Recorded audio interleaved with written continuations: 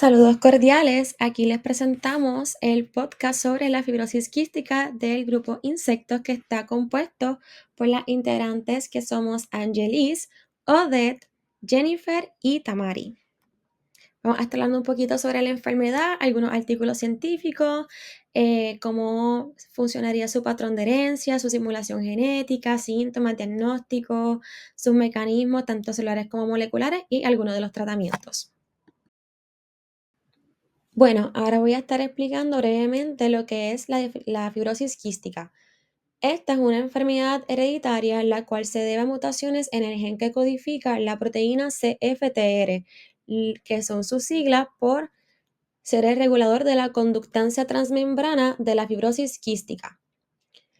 La malfunción de este gen provoca alteraciones en el transporte de sodio y cloro en las células secretoras epiteliales, lo que causa la producción y acumulación de una sustancia mucosa, pegajosa y espesa que afecta a los pulmones, tractos digestivos y otras partes del cuerpo. Por aquí voy a estar explicando un poquito sobre la herencia genética de la enfermedad de fibrosis quística.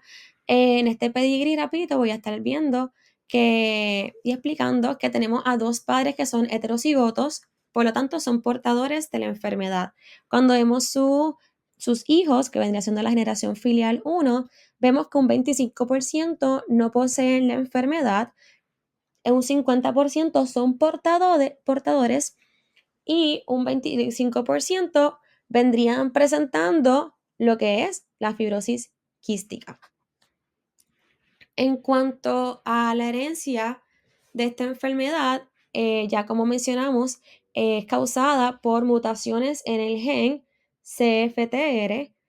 Estas mutaciones son causadas por diferentes factores, pero de las más comunes es cuando ocurre una deleción en el gen que codifica esta proteína, que se encuentra en el cromosoma 7.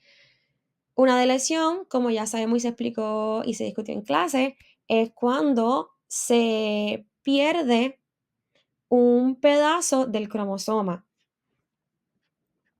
Esta mutación produce una proteína CFTR que no puede mantenerse en la forma correcta. Recibir una buena consejería genética es de alta importancia ya que brinda información y ayuda a individuos que poseen o tienen el riesgo de tener trastornos genéticos. Este tipo de consejería es capaz de analizar e identificar los antecedentes familiares y los riesgos. Además, sirve de orientación en el proceso de toma de decisiones y planificación familiar. Bueno, primero les explicaré sobre los pasos de una simulación de consejería genética en una cita general, comenzando con el historial, donde se recopilan los datos demográficos como la edad, origen familiar, embarazo si aplica, junto a la razón por la cual el paciente acude a la consejería. Esto nos lleva a la discusión de síntomas y diagnósticos previos. De tal forma, se elabora un pedigrí usualmente de por lo menos 3 generaciones donde se identifican familiares afectados o portadores para evaluar patrones de herencia. Con esta información se puede calcular el riesgo genético del paciente.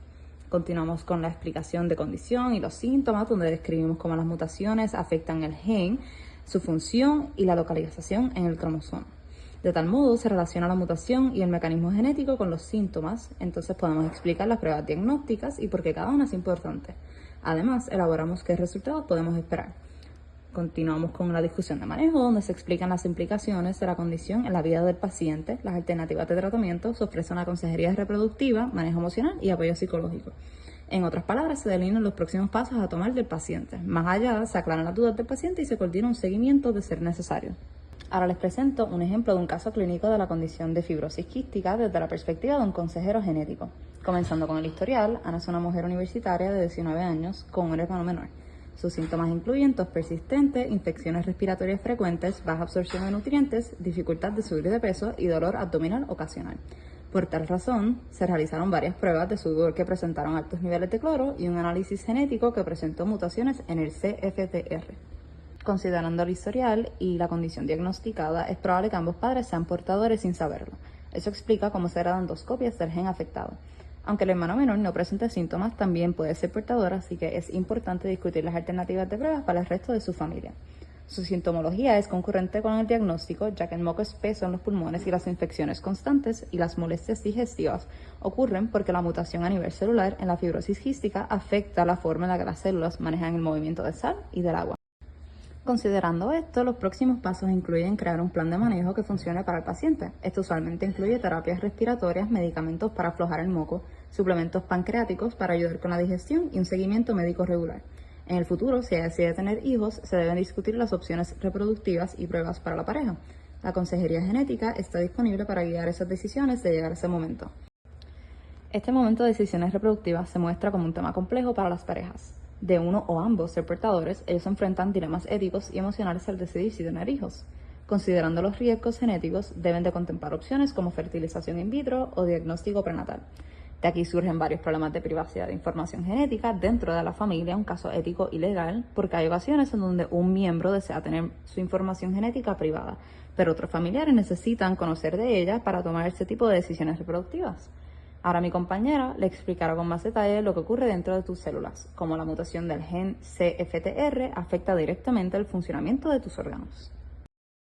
Luego de una básica introducción sobre la fibrosis quística por mis compañeras, a continuación yo les estaré hablando sobre el origen genético, entrando más en detalle sobre el mecanismo celular y molecular, incluyendo las mutaciones que afectan al gen CFTR, al cual lo llamamos regulador de la conductancia transmembrana.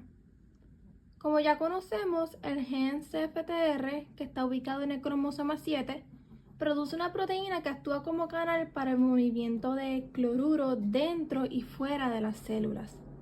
Este canal necesita energía, el cual la conocemos como ATP, para abrirse y cerrarse.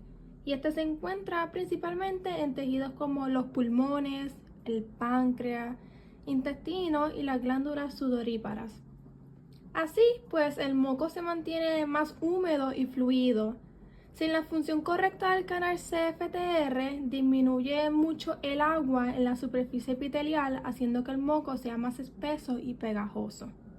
Hasta el momento se han identificado más de 2.000 mutaciones en el gen CFTR, en donde no todas causan la enfermedad, y estas se van clasificando según cómo afectan la proteína.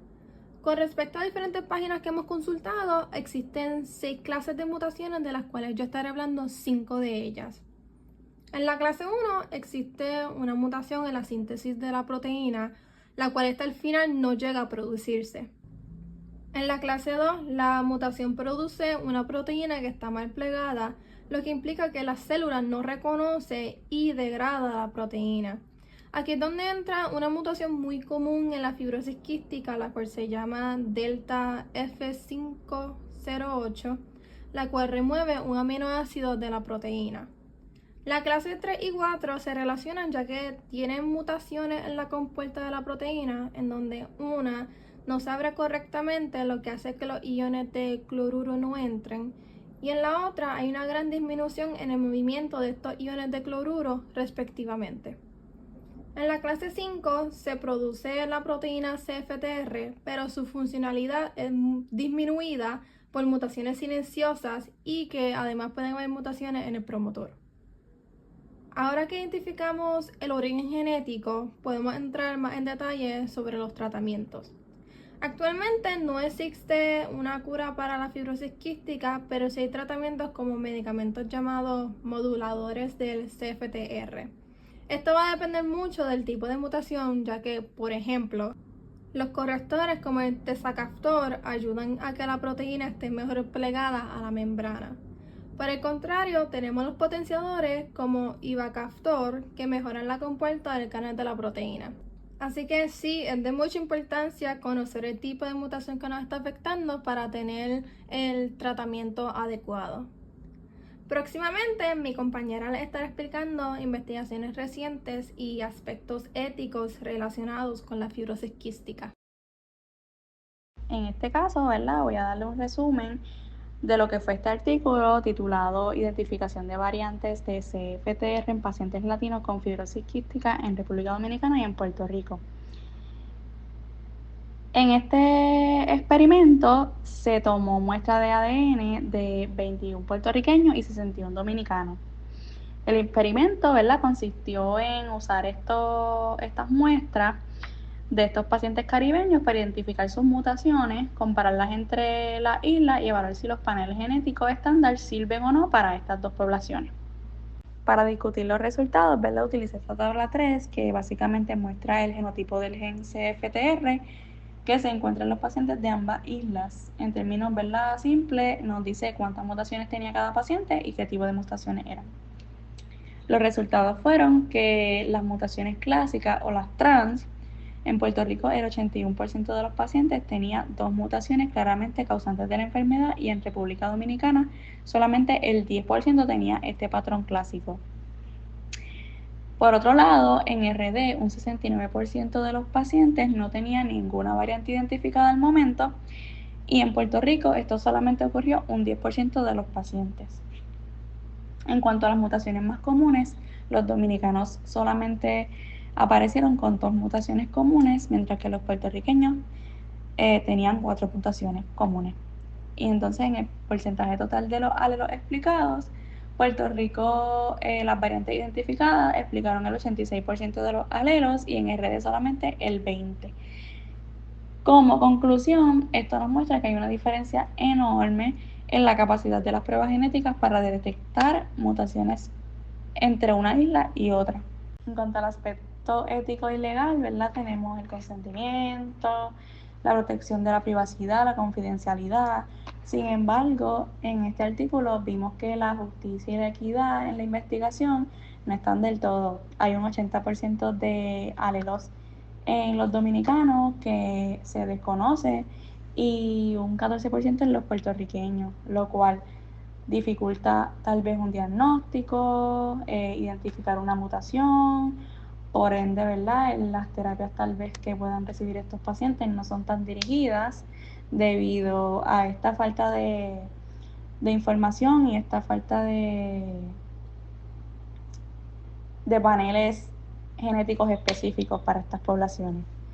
Así que es importante, ¿verdad?, resaltar esto para futuras investigaciones.